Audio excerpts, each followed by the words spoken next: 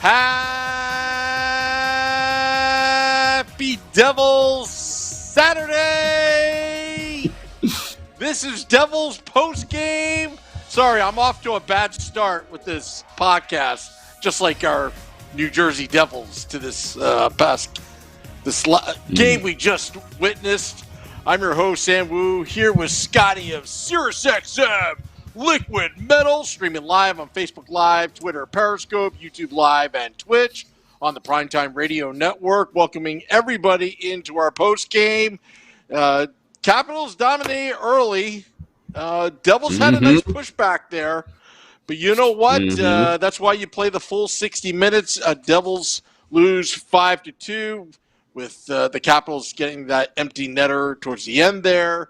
I saw some positives. I saw some negatives. Scotty, why don't we kind of recap what just transpired? Yeah, we'll do a quick rundown there. Like you were talking about, team did not play a 60-minute game. Caps came out strong.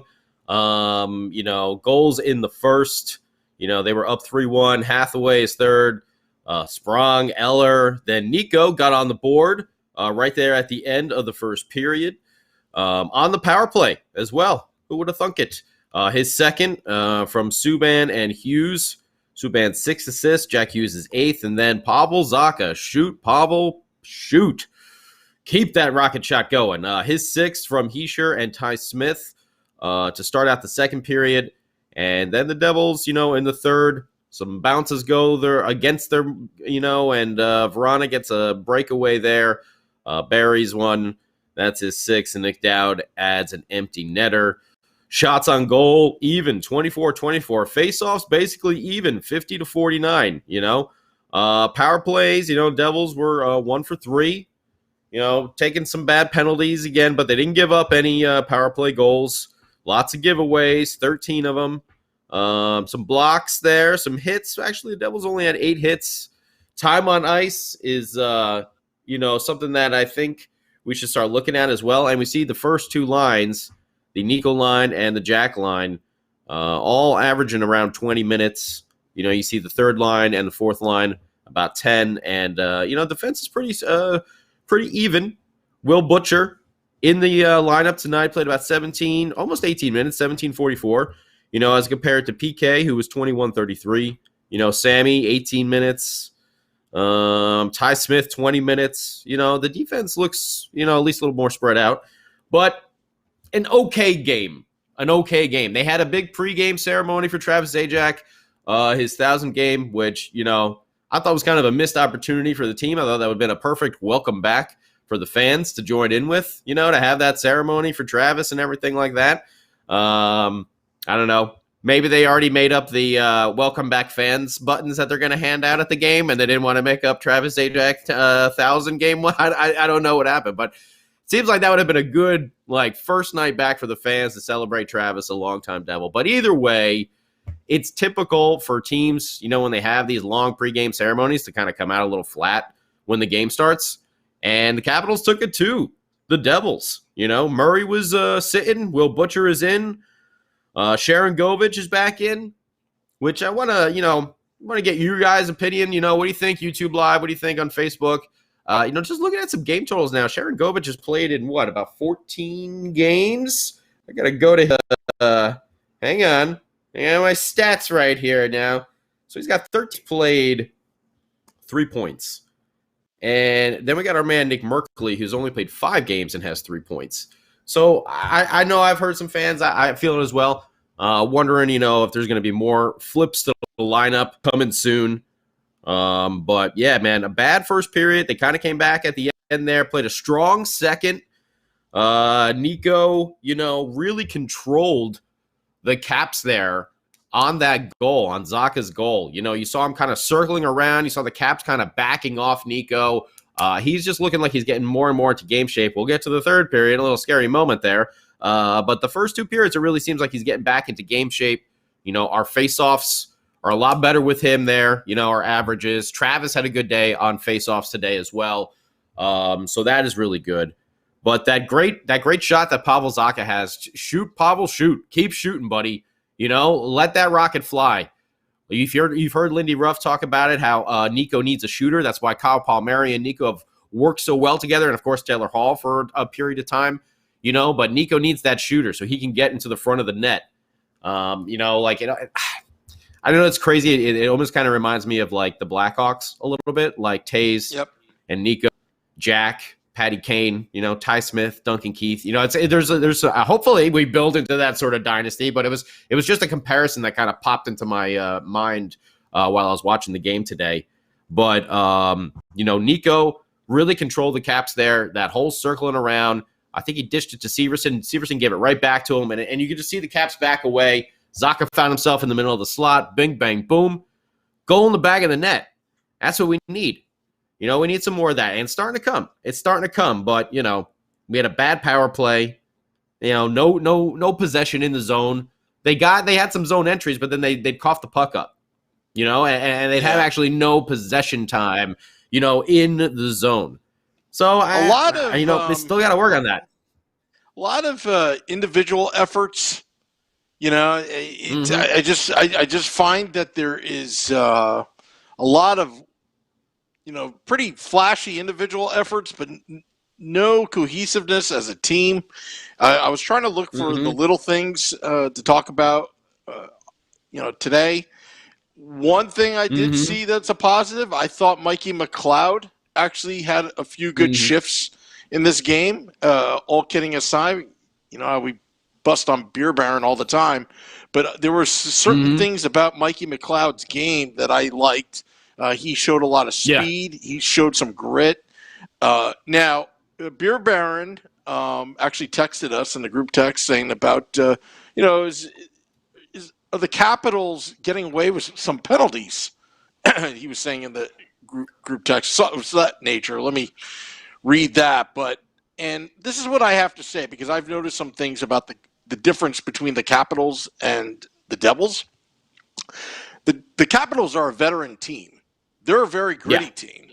They know they know how to get away with certain things. There were, some, plays, behind the scenes where, they would be skating and then a little jab at the Devils player or a little elbow here just to send a message, right? But how did the Devils respond? They didn't really respond with anything. But there were a couple scrums in the game where I thought the Devils responded well back. I didn't like Palmieri's penalty. It was kind of, when he was trying to lift the stick and all that. But, at some point, you got to let up because you're putting yourself. They're going to call it. Yeah. And no matter how many times you sit there and complain and like, he's taking a lot of those penalties this season. You've mentioned that before on these post games. Now, I mean, that one was kind of close. To be fair, it was, but still. It was close. You can't be but that if they're going to call aggressive. Exactly. If they're going to call him, you got to adjust your game. That's just the rules now. It's not the same. And even Danico said it too on the broadcast. Like you can't do that anymore. It's just not the way it used to be, and you got to make adjustments to these rules. I know it sucks, and he's just battling, but that's what they're going to call now, and that's not what you need in the third period when you're trying to get a goal. Is to give a power play to a team that's penalty kill is atrocious right now. And, struggling, and you give it to one of the top offensive units in the league, that was rough, man. I'll tell you one intangible I saw that kind of pissed me off during the game. Oh, boy. Yeah. Well, I get pissed off at little things, but you do. It's more, I love it. It's more of establishing a presence. Woo-a-mania. What you gonna do when Sam Woo runs wild on you? That's what I like. But okay. And this is what I perceived to see. I see a scrum. Nico Hischier, I believe Zacha was in it, and I believe it was Dylan of the Capitals. Dylan, just a little bit on Nico back of Nico's helmet, like pushing him like that. And I know this is like 2021. This is not old school NHL. But to me, if you see anybody doing that to your captain, especially at his age, you gotta hit back. I'm sorry, because you know what? That's what I was talking about. They're a veteran team. They know what they can, how far they can go. But the same, and you can't be pushed around like this. You know, now I did see some pushback here and there, but it's got to be more consistent because, you know, honestly, you know, I mean, I know, it's hard. It's Ovechkin, friggin'. I mean, even Backstrom, but I mean, they've been around for so long. TJ Oshie, Chara. Yeah. Washington is a tough team to play against. Like those are some veteran grizzled, you know, players there that have been through the ringer many, many times. And, you know, they've seen it all, like those guys. And those guys come from like some of those old school rules where the hitting was a little bit more intense. You know, I saw one play today where Ovechkin was standing against the wall. And he just like the puck came to him, and it was Bastian too. It was like skating right at him, and he had no fear. He just like casually like boop, just scooped it like behind the net because he knew now like pucks. Back in the day, he would have got crunched because he was literally like back against the wall, like back against the glass, and Bastian was skating right. He would have got crunched 10 years ago, you know, like, and it's just different now. It's different. It's one thing to take a bad penalty. But it's one thing to be aggressive, and sometimes penalties happen. But if you get any kind of value out of that penalty where you establish a physical presence, you establish and remember, I don't know if because you've been busy, I've been talking about the NFZ. You know, I don't know if you've seen my Woo reports, the NFZ, the no fun zone establishing. Oh, the no fun zone. Yeah. Box. I was laughing so hard when Bryce Salvador, during intermission, was talking about the Devils' power play, and he put the exact box in front of the Capitals goalie and how the Devils were driving hard to the slot. I was laughing so hard because, honestly, that is the territory on the ice you always have to win on both sides. Offensively, you have to win that presence in front of the opposing goaltender in order to have the high dangerous shots and chances. And look where the Devils are scoring. Zacha crashes into the goalie. Awesome. I love it. And he got away with, you know, he may have gotten away with interference call, you know, goalie interference, and he comes back in the slot, boom, with his wicked shot he has. I love that. He does have a great shot. Win. Yeah. And that's how the Devils you know what, win. I think it's you know, that's a deceptive thing too about Pavel, and I'm glad he's starting to figure it out, is just that he's up on the podium right now too. Is that, you know, with his size, you just automatically think he's going to be like that pounding huge physical force like that, but there is more to his game, and he is more of a shooter, and you know, we're starting to really see that with him, Nico, and Jesper Bratt, and I think Matt Junio had pointed that out in the Facebook chat. Like those three have some really, really good chemistry together. What's up, Mike and Omar and Rocco? Yeah, we need some grit, Mike Rossi and Mike Hiller. Yes. We got to talk about the insanely scary moment there at the third period. PK winding up for a blast on the point.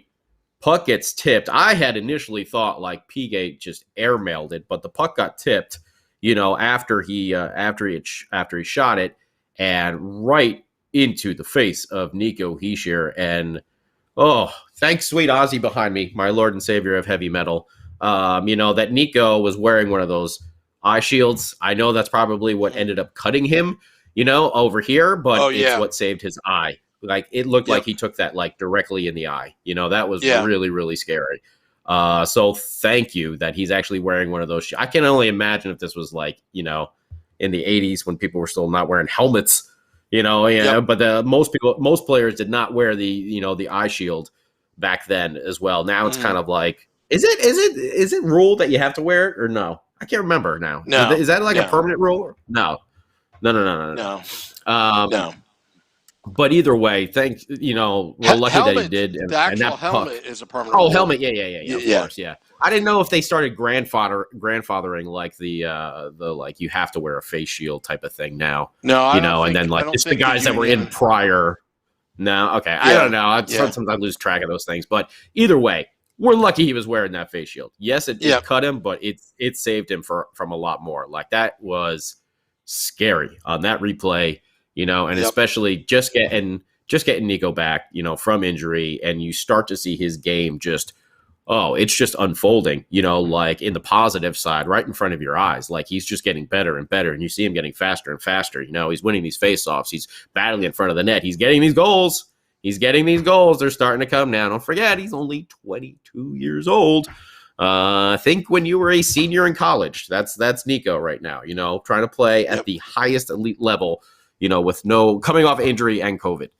So you saw him getting better, and then we saw that real scary injury there. I've been trying to keep my eyes open to see if they have any, I got the captions on to see if Erica Wachter and Bryce have maybe a little update about, his condition. If anyone knows anything, feel free to post it up in the chat. But that was just a scary, scary moment.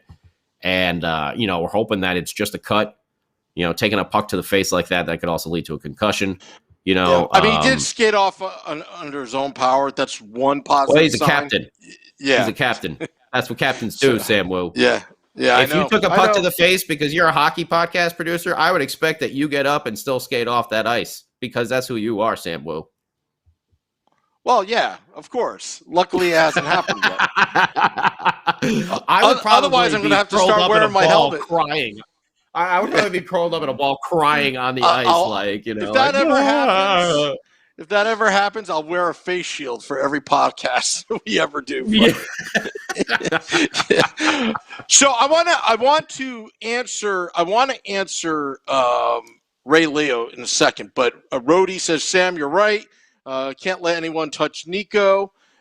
So I want to, because Ray Leo said something pretty, this is a good statement. Here's the problem. They strike back and get a penalty. Do you want them to be on the PK right now? They have to be disciplined. I want to answer that, because that's a great point. That's a very good point. This is why we love comments. I thought about this long and hard, Ray Leo. Okay? And you may not for a whole 2 minutes. For a whole 2 minutes. I thought about this long because and hard. I've been bitching for the last week. I've been bitching, like really bitching. You've been on the no fun zone. Okay, you've been on the PK. Yeah. Okay, so go ahead. When we're talking about territorial rights and establishing a presence for the entire 60 minutes, I know this may not seem right, but in my mind, there are times where it's good to take a penalty, and there are times where it's bad to take a penalty. Okay. When do you think we'll start off with the easy one. When do you think it's bad to take a penalty? Practically most of Palmieri's penalties. I mean, they're so random. They're so random. Okay. We'll give you. They're at the worst juncture at the game. It's like 3 minutes left, and you're screwing around with the guy, and you cross-check him from behind or tripping him. Tell me when you think it's a good time to take a penalty. I'm just messing with you. If there's a one-on-one with Mac Black or any goaltender, there's times where you have to pull him down. If there are times where you have to stand up for your goaltender or stand up for your captain, or you don't want the other team to have that presence where they take liberties on your best players. Okay, I know it sounds old school. It maybe sound barbaric, but if you don't push back, they're going to push you around all game long. I'd rather be pushing back and taking a penalty than not pushing back and having the other team dictate the entire game, which would end up in the loss column for your team. That's just me. I just think that oftentimes, I think this team at times is just too soft. They're inconsistent. There are times where they have some grit, and there are some times where it's like, what are you doing standing They can't play for? Yeah, I mean, well, they got caught, puck watching, some goals recently. So, but they're young. I mean, I know, like I said, I know everyone's got these aspirations that we're going to be in the playoffs and stuff this year. But I think this is how you're going to see our team is we're going to play well. against the teams that are at our level right now, you know, but going against Washington and the Bostons, even though we played well against Boston, but, you know,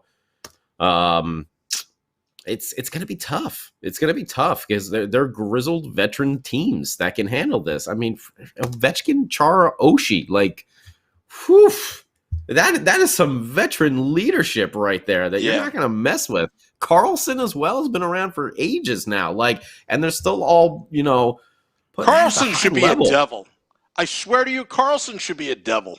I don't know what Conti and all them were thinking back then.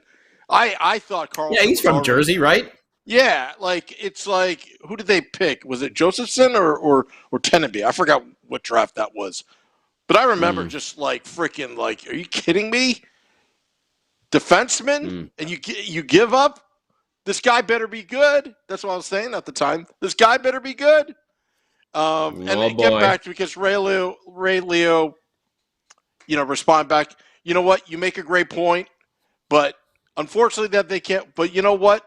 The penalty kill has to be fixed no matter what, because even if they, you know, it's been so bad that you can't play any kind of professional hockey game and expect to have no penalties. There are going to be penalties no matter what. No. I expect 0 penalties every single game. Yeah, but realistically, because these refs suck so bad.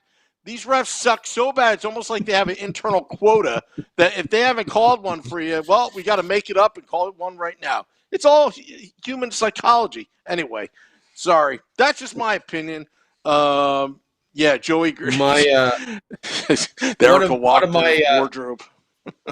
My my favorite my favorite trade speculator, Michael Hay, has hit us back with Holtz and Foote. Palmieri has to be traded. Could change, but be real.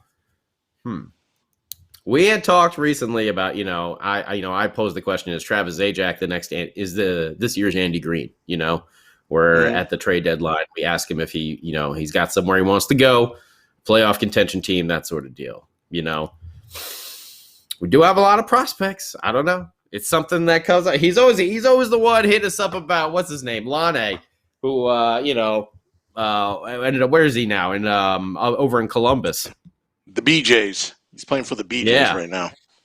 And doing well. Better than he was doing up in Winnipeg. But I don't know. Live. I mean, it's a good one. Yeah, well, who's on YouTube Live? Let's say hi. YouTube Live. There's a lot of comments on YouTube Live. Extreme Red TV says Matthias Tenenby was taken over Carlson. Also, Kevin Weeks, no relation to the real Kevin Weeks, I'm assuming, says, different Kevin Weeks. I think Goose and Palm will get traded. Rody Ryan says, my hot take, Gusev is dealt at the deadline. When you shank a shot like that. Oh, my God. I mean, you got to bury those. I want to see Merkley back in there, man. I don't know. Like, I know Sharon Govich had a lot of hype coming in. He got on a hot streak, but it seems like he's kind of leveled out. Like I said, know what? They got to call Bing. 13 games played, 3 points. Merkley, 5 games played, 3 points. You know, it's just, let's see. I don't know. Like, I liked Merkley's spark when he was in there. You know, I really do want to see what Nolan Foote has to bring. Maybe he's not ready yet, a la, what Jack Hughes was last year. Obviously, what Ty Smith was last year. Maybe Nolan Foote is just not at that point yet. I don't know. I don't know why. I don't watch enough of the bingo games to be able to tell that. Maybe the same thing with Kevin Ball as well. But I liked, I don't know. I felt like Merkley, when he was in there, he was definitely noticeable on the ice and seemed to provide a little bit of a spark plug for the team. I don't know. I could be off. I'm not a coach. Maybe I'm missing something with Sharon Kuokkanen as well. Kuokkanen, I feel like very quietly, put up 6 points in the games that he was playing. And he was kind of bouncing around from the fourth line because you remember at the start of the season, Miles Wood was not on that fourth line. Kuokkanen was down there. And he was producing with Bastian and McLeod. And that's another. Now, Bastian has kind of gone quiet. He hasn't had any points. And actually an interesting tidbit, because Beer Baron had brought it up on the Sunday the Big Show Sunday podcast, Sunday nights, about people recovering from COVID, feeling that, kind of lack of energy. And I was just watching some pressers on the old Devils app because, I'm out here in LA, so I watch everything through the app. Yep. And Bass Jim was actually talking about that. It's just not feeling that his strength and energy level has like completely returned yet. It's like, I can go out and I can play, but I just don't feel like as charged as I used to. So some guys probably maybe dealing with that as well, that we're not really maybe considering too much. But I don't know. We have a lot of these guys. Like I know me and Shorts Guy have talked about it, like baseball platoon style. I'd love to see, and I feel like Lindy has been doing that. I feel like Lindy has been rotating a lot. But for me personally, I like to see, Merkley get another shot in there. Anyone else got anyone that they want to see in there? I know we're all kind of clamoring to see Nolan Foote eventually, but, between Kuokkanen and Sharangovich and Malstev and Merkley, but now we got a lot of people healthy right now. How's Kevin Ball looking? I got to start checking out some more bingo games and see what's going on there. I know they lost like 5 or 6 in a row. So, but Ball might be another one of those situations where it's best just to keep him at that minor league level right now instead of bringing him. I don't know. I'm not a GM. Although, as I mentioned before, I am willing to give it a try. If there's any team out there that wants to hire me to be their next GM, I am completely willing to take on that role and give it a shot for you. Sam, would you be my assistant? Would you be my assistant GM? No, I just want to be the PA announcer. You want to be the PA? No, but Marty's the assistant GM, so you could dress up in your Marty goalie gear and be the assistant GM in the Marty goalie gear. Yeah, actually, Shorts Guy, when I were talking about it, he's like, "Are you really going to do that on Tuesday?" And it's like, I don't know. Anyone going to the game on Tuesday? Anyone? Because Sam Woo's going to be there. Yeah, I'm going to be there. You better stay 10 feet away from me. Sam Woo's going to be there. He's going to have his. He's going to bring his goalie stick so he can just point it out at people and keep distance. Like that. But yeah, if you're going to the game, give us a shout. Yeah. Sam will be there. Unfortunately, I'll still. I'll be watching you guys. I'll be looking for you guys on TV. Out here in LA. But I think we're in section 120. Shorts Guy's going to be there section too, right? 120. Yeah. Yeah, we live in the same household.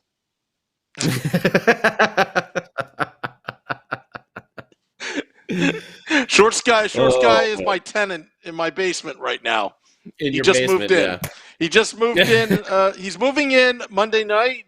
Tuesday is the game, so it's March 1st. That's move-in day. Excuse me. There you go.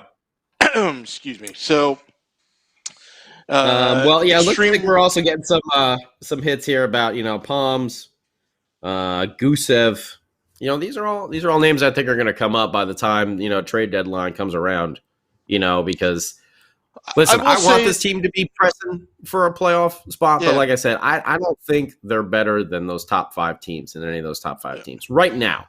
Right now, they have the potential to be there, but I really feel like for us, like the goal should be finishing the season in this division, which is friggin' stacked, best division in hockey. If we can just finish above 500, I think that's a big, big step forward for this team.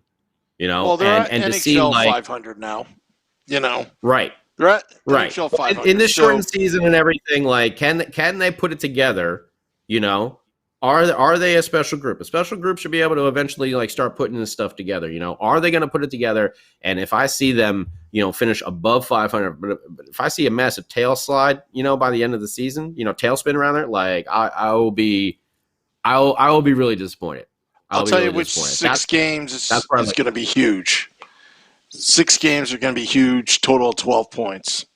You got Devils Rangers Thursday, Saturday, 4th and 6th, right? For position in the standings. And you've got Ranger Hate Week, those 4 games in a row in April. Right. Those 4 games in a row. Yeah, so, again, every game is important, but the Devils, they just got to get into 4th place. They got to get into fourth place. Now, a lot of their problems is due to the PK. Are the Penguins, the Islanders, the Bruins, the Capitals, and the Flyers. Those are their biggest problems. There's 5 teams that are like really better than them in the division. And we can't beat the Sabres, apparently. Although, if I was the Sabres, I would never want to play the Devils game again. They play him once, COVID outbreak. They play him again, they lose McCabe. And then they play him again, and then Olmark gets hurt. You know, like, I would even though the Sabres won most of the games, and suddenly Eichel's out of the game. And right? Eichel. Yeah, I would never want, if I was the Sabres, I'd never want to play the Devils again this season. Oh, I know. But, again, it's just, I think early on, we had the momentum. Then the 16-game, layoff. Plus, there's probably some residual effect of having COVID. Absolutely. And you know what? And that is totally understandable. Because the one thing we can really say with the effort's been there. The effort's definitely been there. The effort for half the game. We got to get that full 60-minute. That's the problem. They go to sleep still at times. They're a young team. They're still learning how to win. And like we talked, playing against the Capitals, man, this is tough because they're just grizzled veterans who've been around forever. They know how to adjust on the fly. They know how to play against a young, speedy team. They've done it before, like this, and then you tie in like Boston. You put the Islanders. These are all teams that are going to make those adjustments against us. Are we going to be able to make the adjustments back to counter? That's going to be the big question. And Nico's getting beaten up so far this season. Starts off the season on the injury list.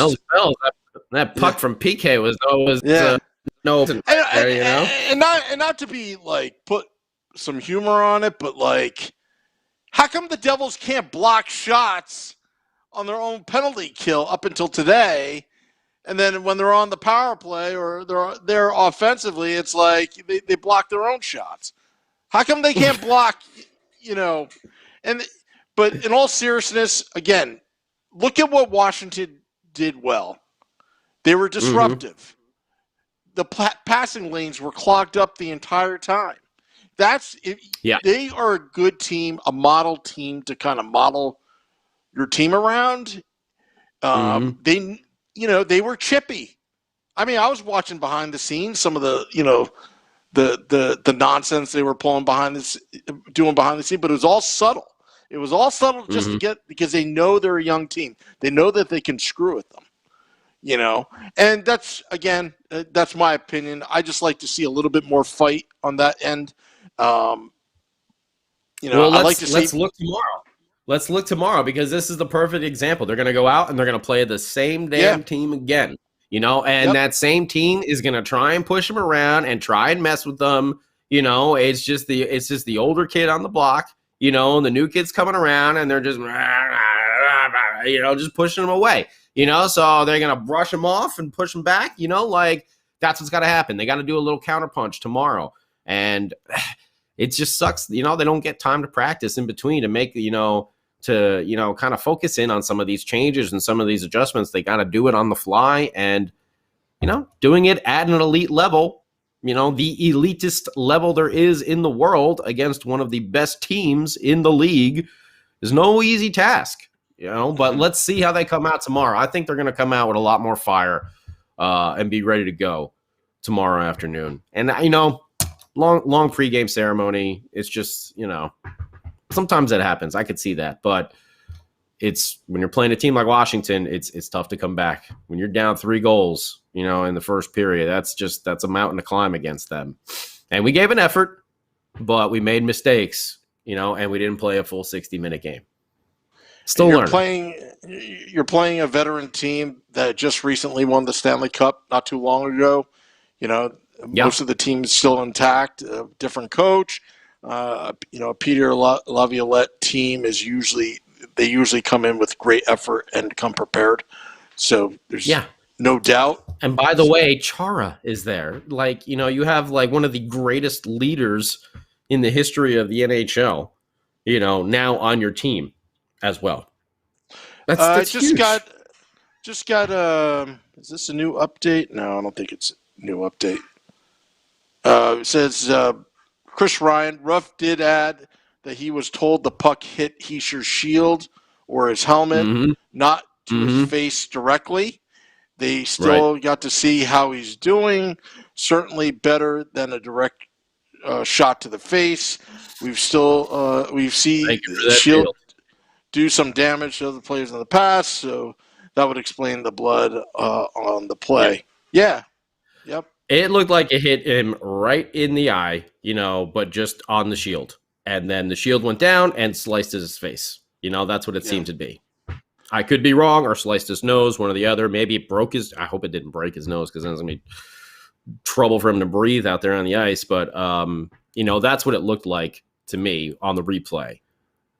Could be wrong, maybe at a different angle, you see something different, because that puck, after it hit the stick, it was fluttering, but it just looked like it smacked him like right into the eye there.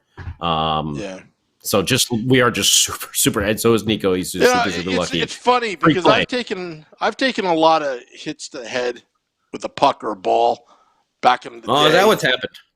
Yeah. We used to just peck you in the head with baseballs? Is that what happened? Did I send you guys the picture of my old hockey helmet? My old hockey helmet this week? I don't know if you saw it.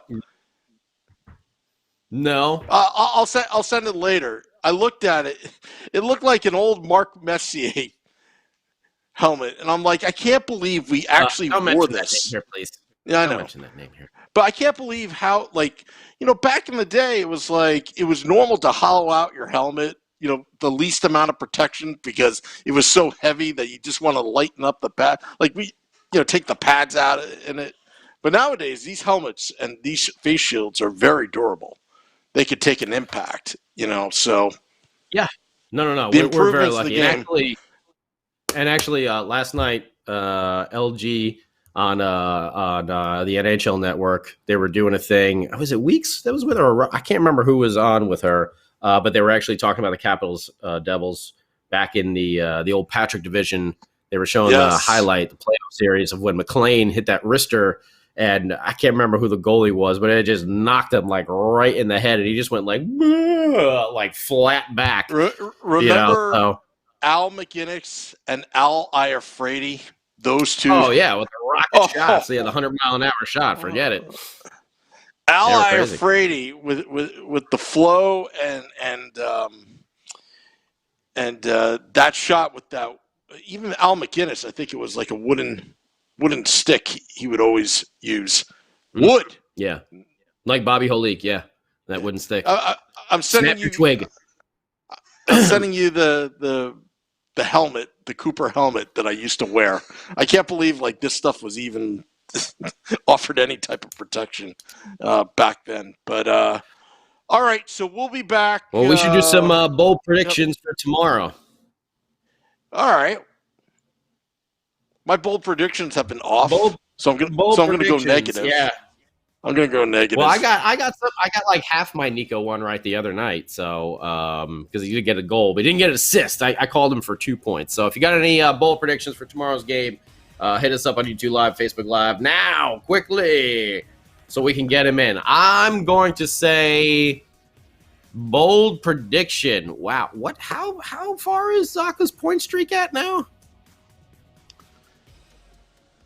I don't even know. But you know what? I'll stay away from Zaka. 9 games. 9-game point streak. 9-game point streak. I'm gonna say, because it's been a while, I'm gonna say Jackie Boy. I mean, I'll make a bold prediction and say 2 goals, but I think he gets on the scoreboard on the goal sheet, not an assist, but on the goal sheet tomorrow. Okay. Before I make my prediction, Extreme Red TV said Pete Peters was in goal for the Caps in Game 7 against the Devils in '88. And I got a little story. I got a little story about Pete Peters. Gary Howitt. Remember Gary Howitt? Used to play on the Islanders, the Pitbull.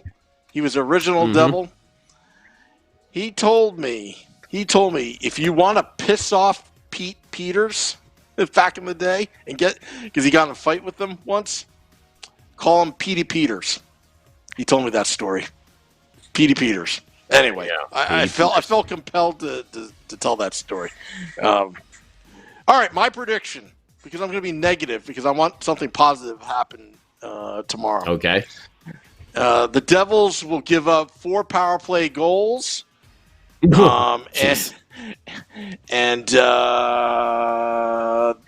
the Capitals will shut them out. Okay, you know what? I'm gonna change mine just to go opposite. I'm gonna say bold prediction: the Devils don't give up any power play goals. All right, that's gonna be my bold prediction.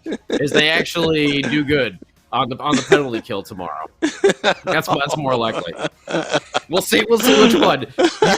You'll bold that they give up 4 goals. I'll bold that they kill 4 penalties, and we'll see.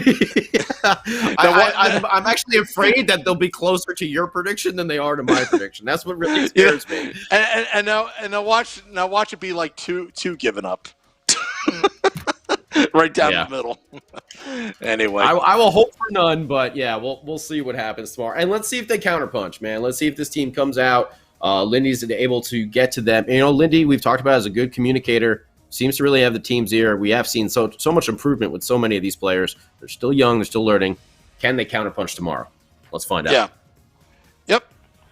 Alrighty. So thank you for joining us. Hey. Wish this was a happy Devils recap. There's always tomorrow. Literally. Always tomorrow. Same team, same place. Until next time, let's go Devils.